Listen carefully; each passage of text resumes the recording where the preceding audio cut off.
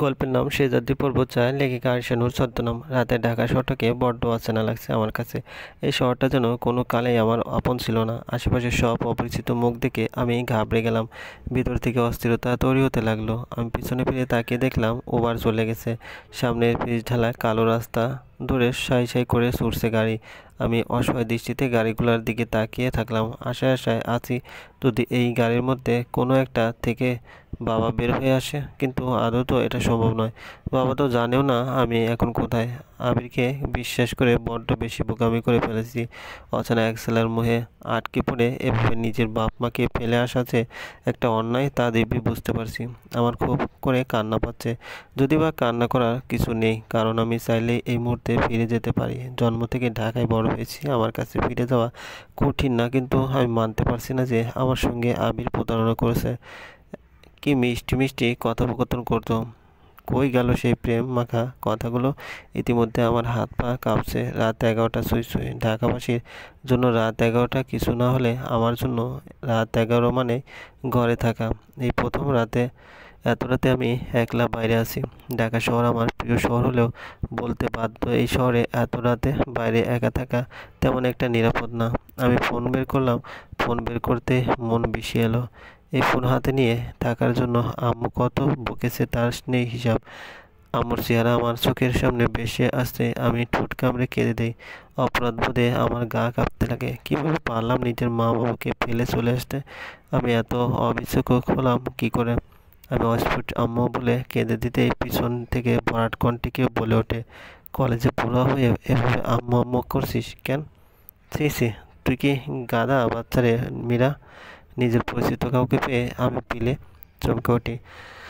সঙ্গে সঙ্গে বিদ্যুৎ গতিতে ঘাড় ঘোরাতেই নজরে আসলো লম্বা রোগা শরীরে কমল ফর্সা চেহারাটা। উনি ভ্রুকুচকে দাঁড়িয়ে আছে। ভ্রুকুচকে অকালে তাকালে ওনার কপালের ঠিক মাঝ বরাবর একটা দাগ ফুটে ওঠে। কিছুটা আরবি বর্ণ আলিপের মতো দেখতে লাগে। ওনার চেহারা খুবই সাধারণ, আর যে হলে কি হবে, চেহারা তার আর 10 মানুষের মতোই। তবে আরও একটা বৈশিষ্ট্য আছে তার, ওনার সিল্কি চুল, কপালে পড়ে থাকে সিল্ক চুল। উনি সামনে এগিয়ে এসে বলে, এই তোর বাপ চাচা কই?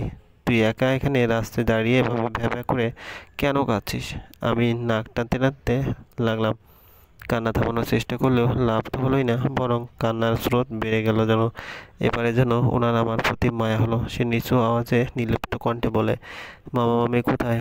রাত কটা বাজে কিছু জানিস? তোদের গাড়ি কই? ওনার কোনো প্রশ্নের উত্তর দিতে পারলাম না।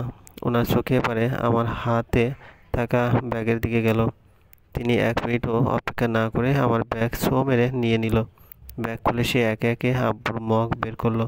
এরপর সেটা ঢুকিয়ে আম্মুর অন্যটা বের করে নেড়ে ছেড়ে দেখে আবার ঢুকিয়ে আমার টাকাগুলো বের করে গোনা শুরু করলো।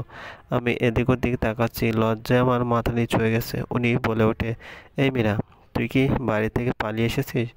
ওনার কথা শুনে আমি মাথা তুলে তাকিয়ে ব্যাপারটা যেই না অস্বীকার করবো, অমনি উনি বলে ওঠে, দেখ একদম মিথ্যা বলবি না আমাকে।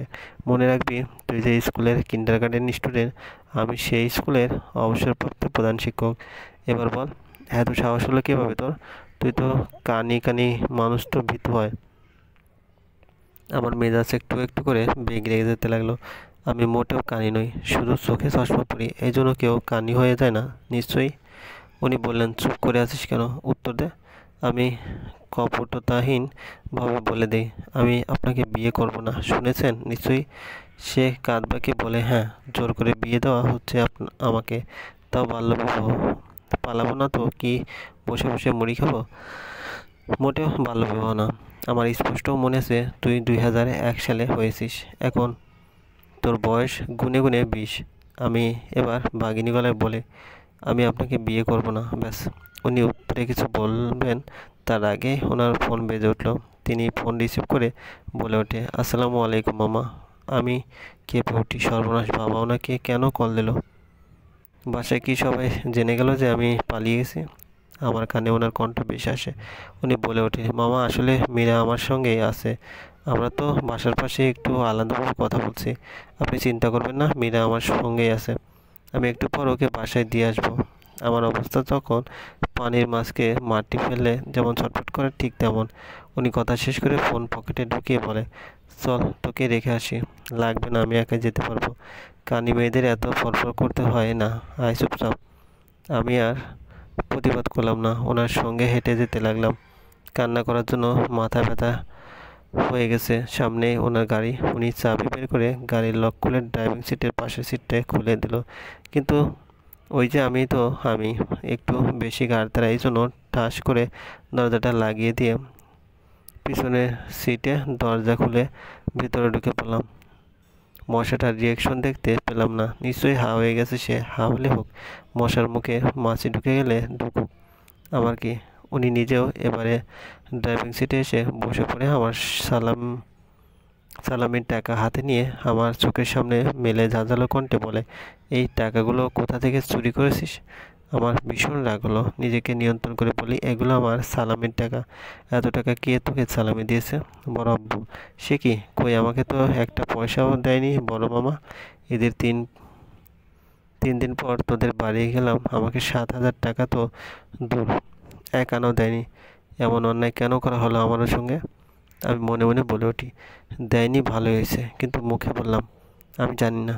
ওনার আমার টাকাগুলো নিজের পকেটে রেখে বলে, বাচ্চা মানুষের কাছে এত টাকাগুলো রাখতে নেই, আমি রেখে দিচ্ছি। আমি বাজখাই গলায় বললাম, এই বাচ্চা মেয়েকে তো বিয়ে করছেন, বাচ্চা যদি ভাবেনি তাহলে বিয়ে কেন করছেন?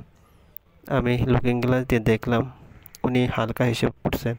তিনি রেডিও চালু করে রেডিওতে তারই কণ্ঠ ভেসে আসলো, আসসালামু আলাইকুম এবং হ্যালো গাইস, আমি আরজে ইমান আছি প্রিয়তমা শো থেকে এবং আবারও ফিরে এলাম আপনাদের মাঝে। আজকে আমাদের আড্ডার টপিক হলো একতরফা ভালোবাসা, one side love. Probably one side love is the most beautiful feeling আবার। আমি আর শুনলাম না। উনি আর যে হলে কি হবে, ওনার কণ্ঠ পুরাই কাকের মতো। আমি আপাতত শুনতে পাচ্ছি রেডিওতে কেউ কাক কাকা কাকা করছে। জানালার দিকে তাকাতে আমার খেয়াল হলো আবিরের দেওয়া ঠিকানায় উনি কিভাবে আসলো। চলবে, গল্পটি ভালো লাগলে অবশ্যই লাইক করবেন, কমেন্ট করে জানিয়ে চ্যানেলে যদি নতুন দেখেন অবশ্যই সাবস্ক্রাইব করে পাশে থাকা বেল আইকনটি প্রেস করে রাখুন। ধন্যবাদ, ভালো থাকবেন।